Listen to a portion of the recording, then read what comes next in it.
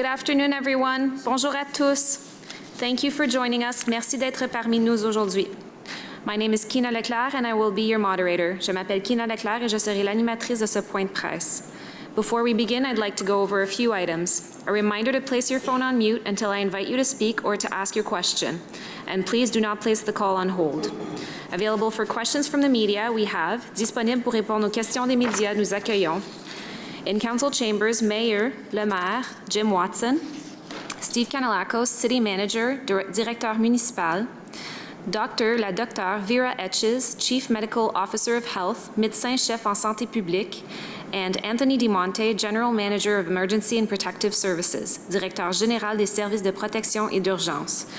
Phoning in today, we also have Councillor Keith Eglai, Chair, Ottawa Board of Health, Conseiller municipal et Président du Conseil de santé d'Ottawa, Stephen Willis, General Manager, Planning, Infrastructure and Economic Development, Directeur Général de la Planification, de l'Infrastructure et du Développement économique, and David Wise, Program Manager, Zoning and Intensification, Gestionnaire de Programme, Zonage et Interprétation. I will now invite each agency alphabetically to ask their question. You may ask one question and one follow-up. Par ordre alphabétique, j'invite maintenant chaque organisme à poser une question et une question de suivi. So we will now start with Alex Gouge at 1310 News. Hello. This is for Dr. Etches. With COVID-19 testing coming to pharmacies, including 13 here in Ottawa as of Friday, how do you expect this will relieve strain on testing centers in the city?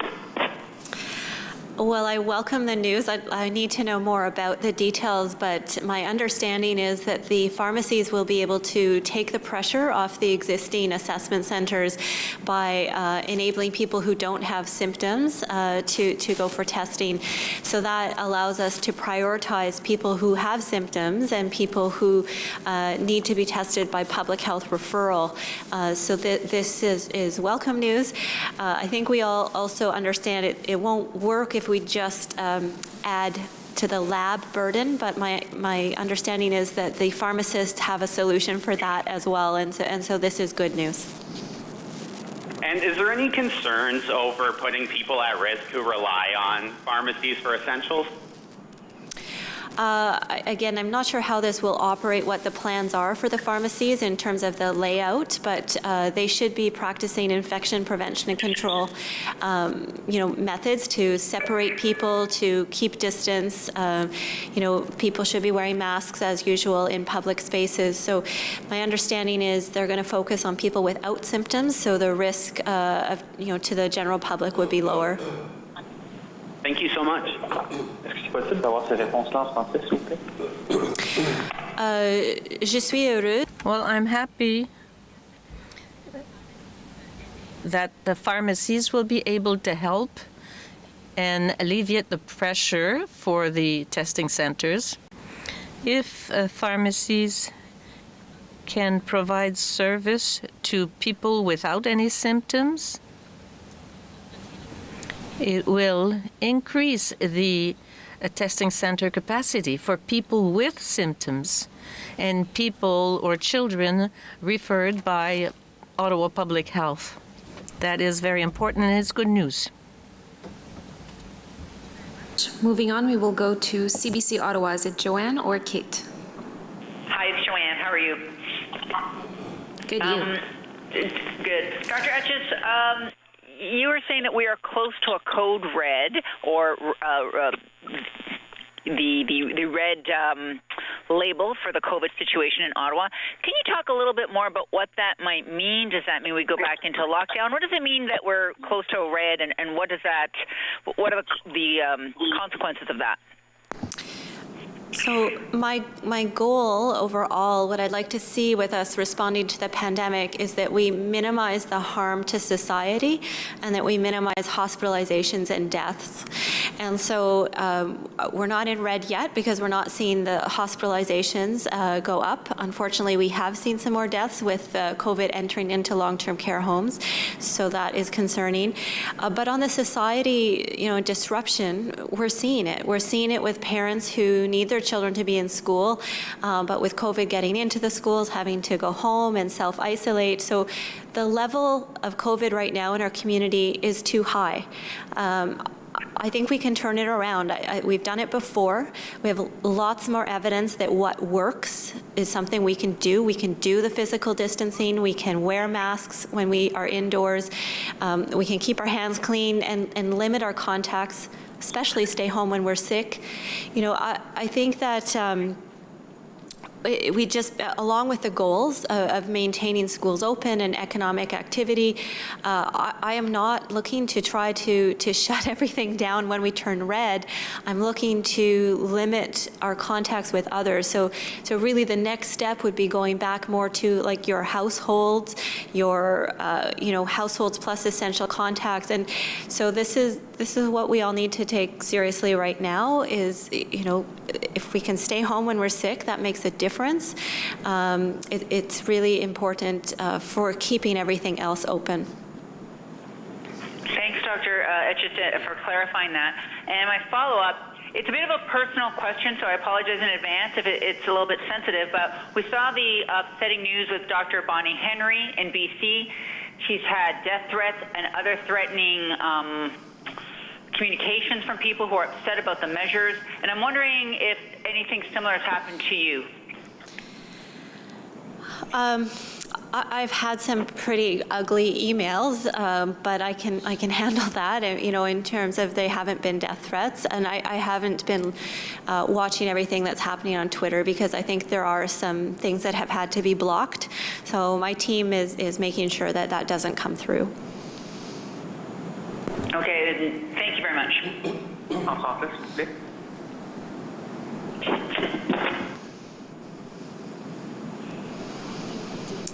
I guess on that, I do want to recognize everyone's suffering from the pandemic. So, of course, people are frustrated, right? It's understandable. People have been harmed by losing their jobs, losing their businesses. So those are not small impacts. It's very serious. So I understand why people would be frustrated.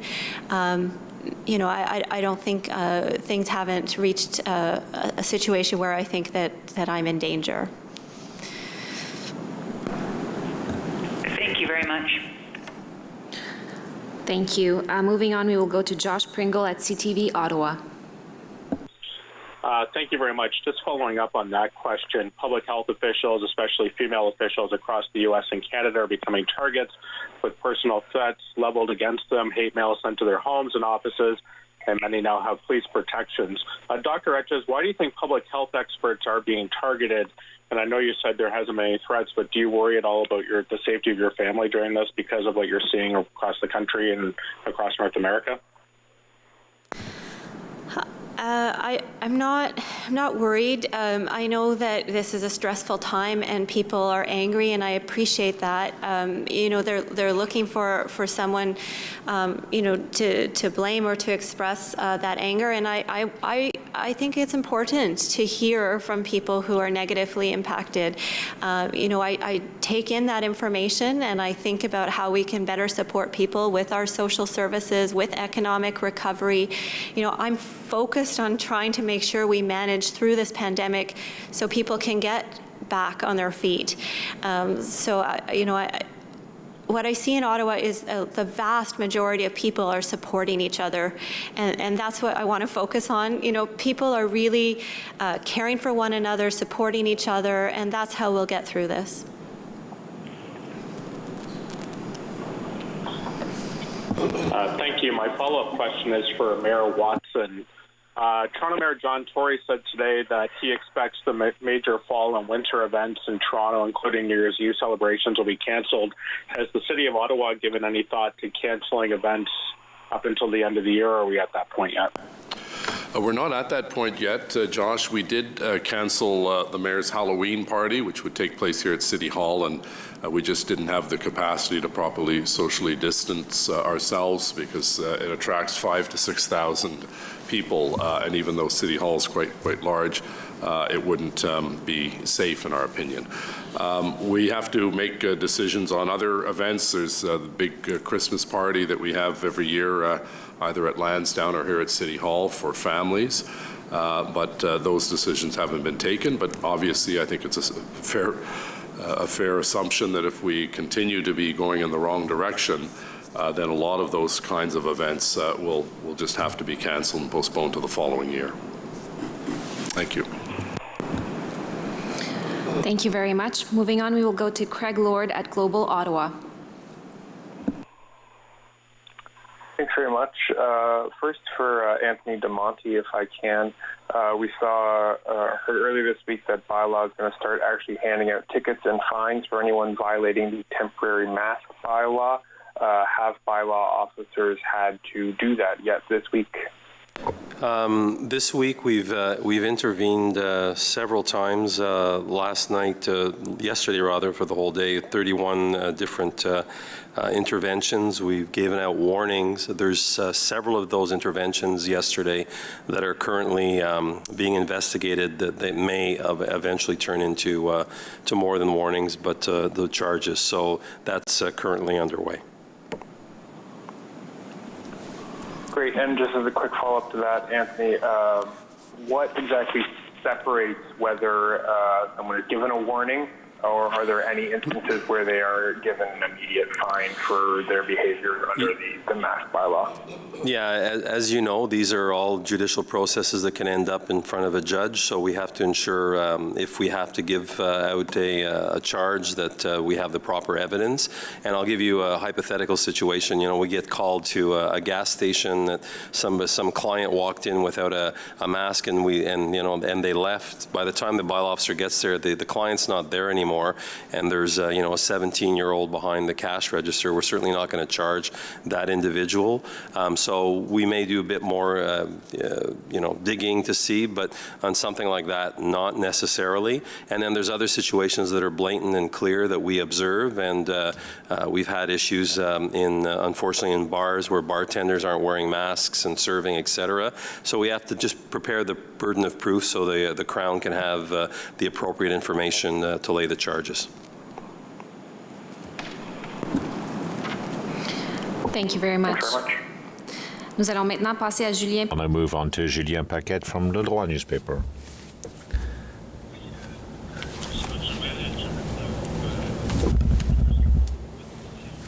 I'd like to know, Mr. Mayor, what do you think about the reform that was passed today on R4 zones? Do you think this is the right policy? I don't really understand your question. What's the topic of your question? Could you repeat it? R4 zoning areas. Oh, okay. As you saw, I supported the deferral of the report. I think it's a good report. It's important for us to work with all areas of the city to encourage densification. That's one of the goals of our official plan. It's important for the environment.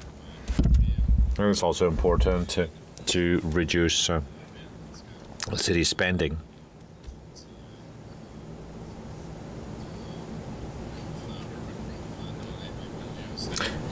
Urban growth in the suburbs is not good for the city budget.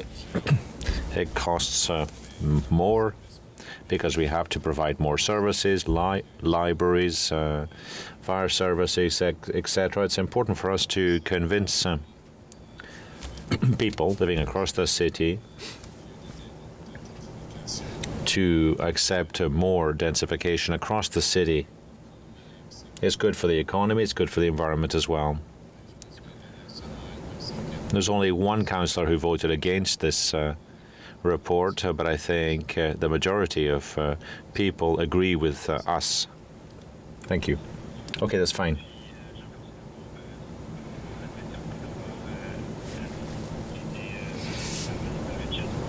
Now, what's your take on what Ms. Etches said earlier?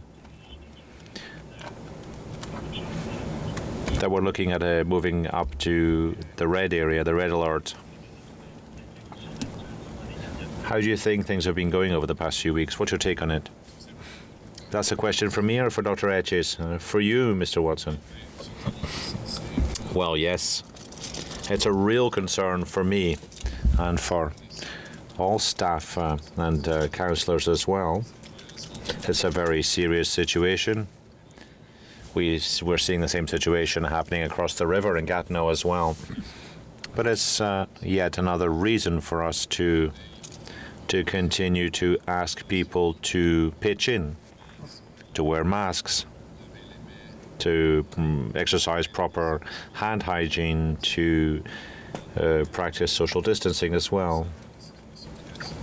I know that the situation in Gatineau has improved because the province of Quebec has decided to move Gatineau up to orange alert level.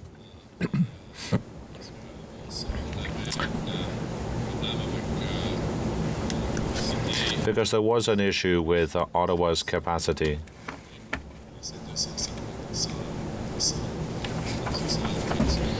It was 100 on this side of the river and 250 on the other side of the river in public venues. So we've now made sure that the same rules apply on both sides of the river. So it's important for people to follow Dr. Etch's message. I'd like to thank all those working on the front lines, the police, the fire service, the paramedics, as well as medical staff. It's very, very important for us to hammer home this message because there are still far too many people who are failing to comply with our regulations or with provincial legislation as well.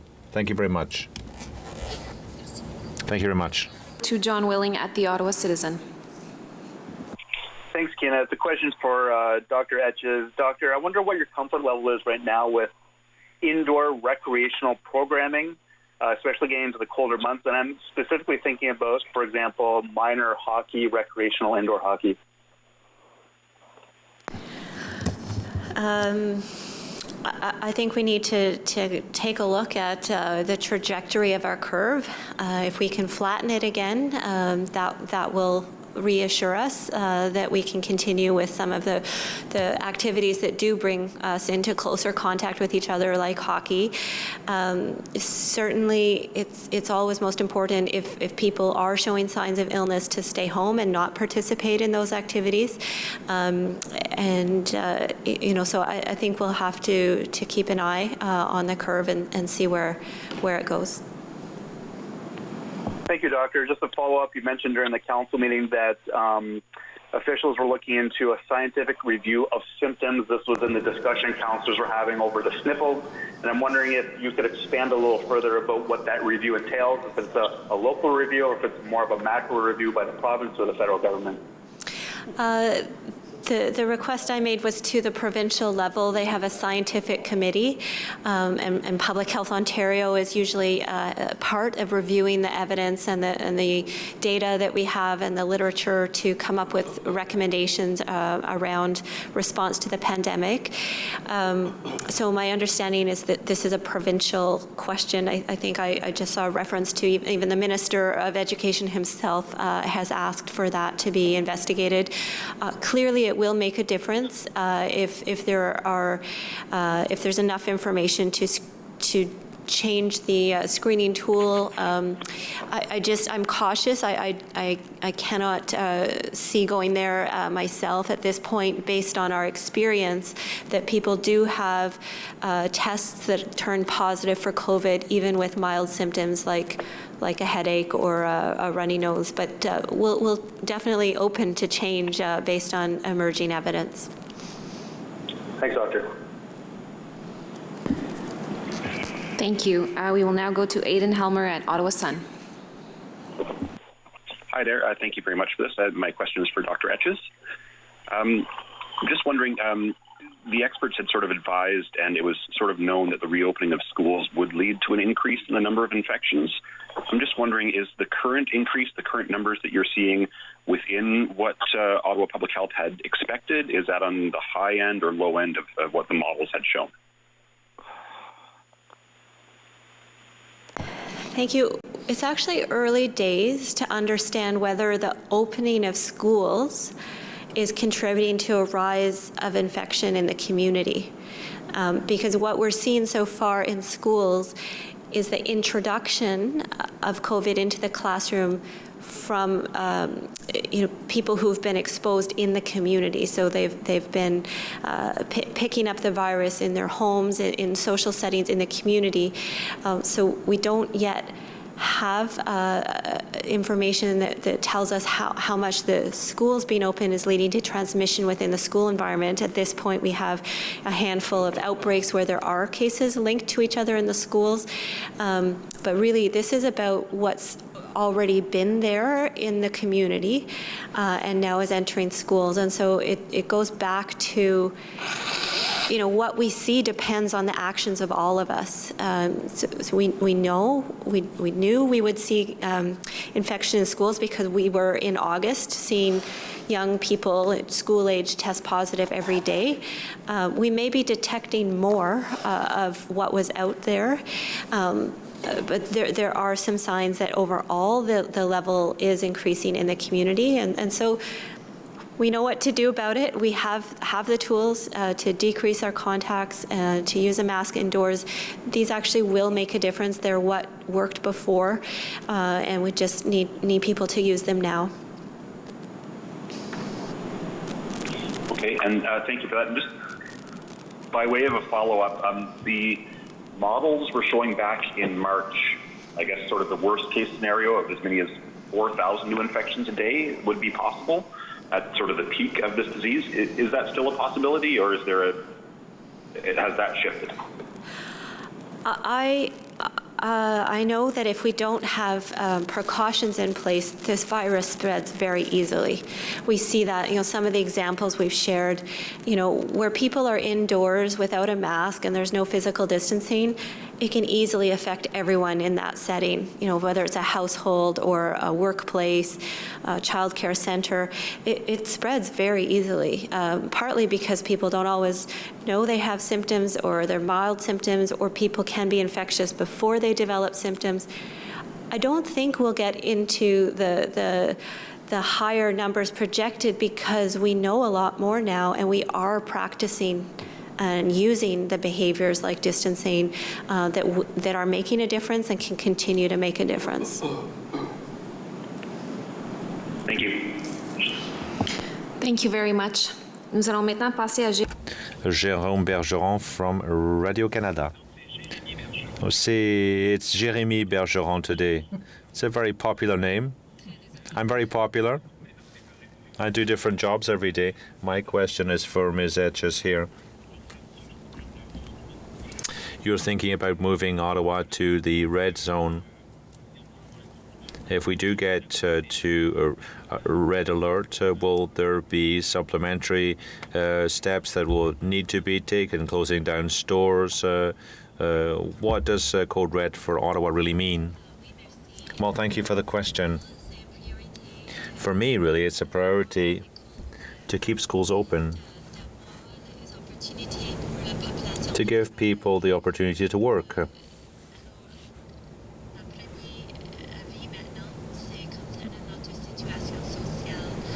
My first reaction to that would be to control our social contacts. We must avoid large gatherings. It's been brought down to a maximum of 10 now here in Ottawa. If we go to Code Red, we'll have to reduce the number of close contacts further. That's the best thing we can do, I think. But it doesn't just depend on me. I'm not the only one to have concerns. The province will have input as well into the decision. I would imagine that the province has its own priorities. Its priorities when the situation is deteriorating or degrading. I'm sure that it is also looking at going after specific sources of infection. I think a targeted approach to sources of risk is important. I don't want to go back to a full lockdown. Thank you very much. Mr. Watson, a question for you. Hello now.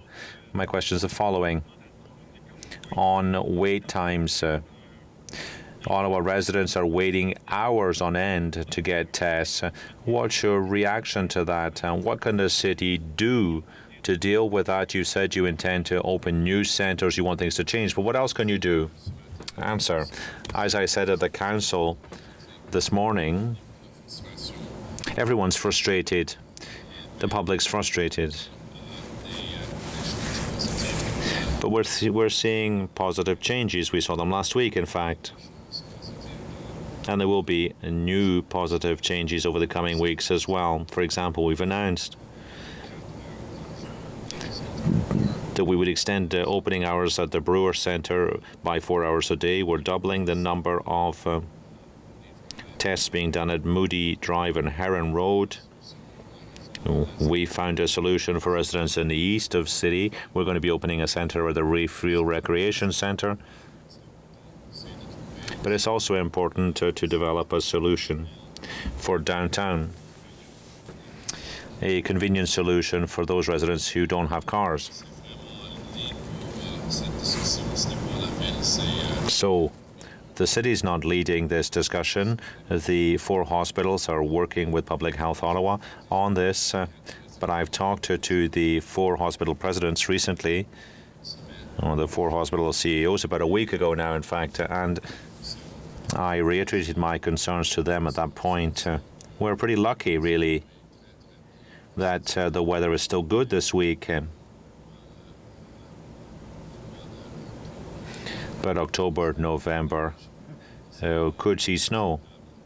So I don't think it's acceptable to have lines or people lining up for 5 or 6 hours on end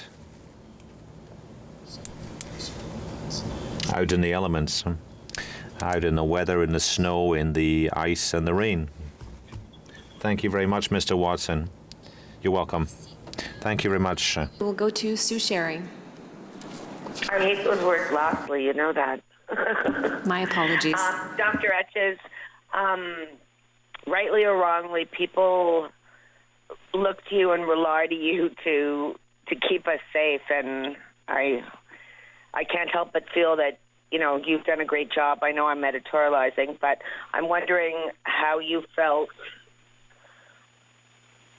when those numbers were announced yesterday, the 93. I think many of us were shocked, obviously concerned. I'm wondering what your feelings were.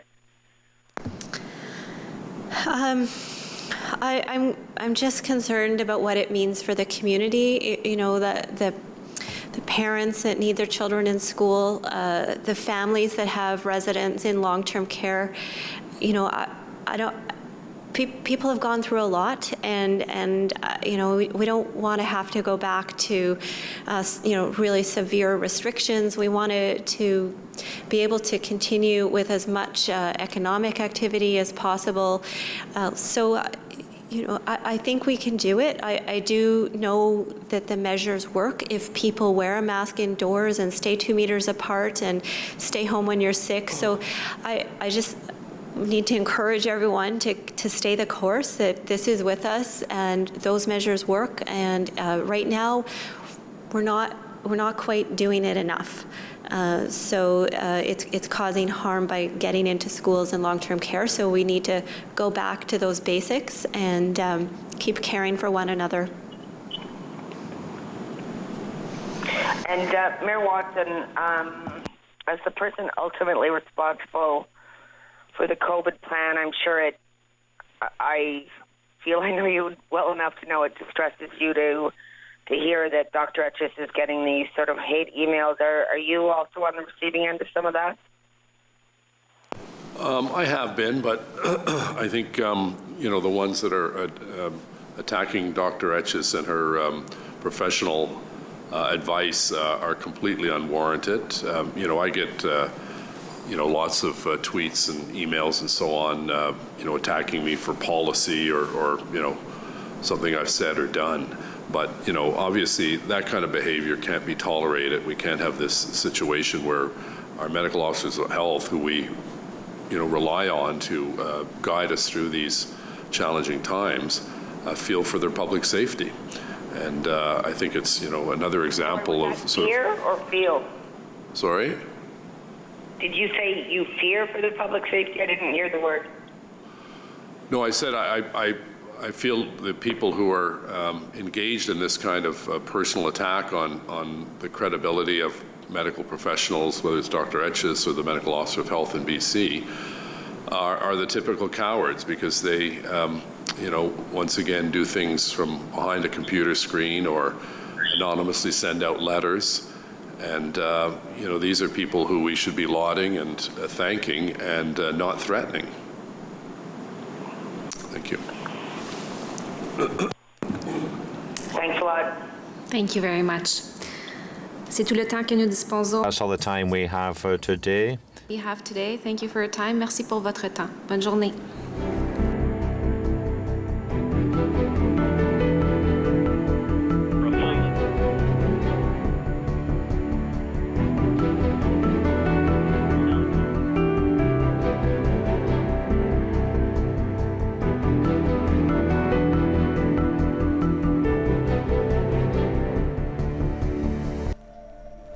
Now today's class, there's a little bit more focus on core engagement. And that means abdominal muscles, your tummy, pulling it in, sitting taller, engaging them actively rather than letting your abdominals relax and your back